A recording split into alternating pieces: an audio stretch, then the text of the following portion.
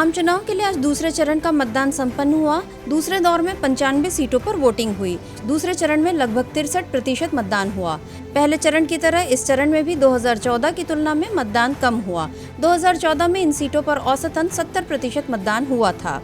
आज मतदान के दौरान कई स्थानों पर ईवीएम में खराबी की शिकायतें मिली तो कहीं फर्जी वोटिंग को लेकर दो पार्टियों के बीच विवाद भी हुआ। लेकिन पश्चिम बंगाल से टकराव की खबरें दिन भर आती रहीं। राज्य के रायगंज में सुरक्षा बलों को स्थिति संभालने में खासी मशक्कत करनी पड़ी। यहाँ सीपीएम उम्मीदवार की गाड़ी पर पथराव भी हुआ।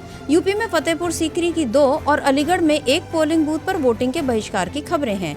जिन सीटों पर मतदान हुआ उनमें तमिलनाडु की 38, उत्तर प्रदेश की 8, बंगाल की 3, बिहार, ओडिशा और असम की 5-5, महाराष्ट्र की 10 और कर्नाटक की 14 सीटें भी शामिल हैं।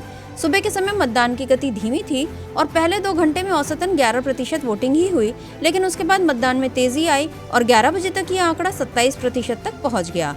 3 बजे तक ये आंकड़ा 50% के करीब हुआ। सबसे ज्यादा मतदान पश्चिम बंगाल में 75.27% रहा, जबकि जम्मू कश्मीर में सबसे कम 43.37% मतदान हुआ। इसके अलावा उत्तर प्रदेश में 58.12%, बिहार में 58.14%, ओडिशा में 57.41%, असम में 73.32%, महाराष्ट्र में 55.37%, छत्तीसगढ़ में 68.70%, कर्नाटक में 61.80% और तमिलनाडु में 61.52% मतदान हुआ।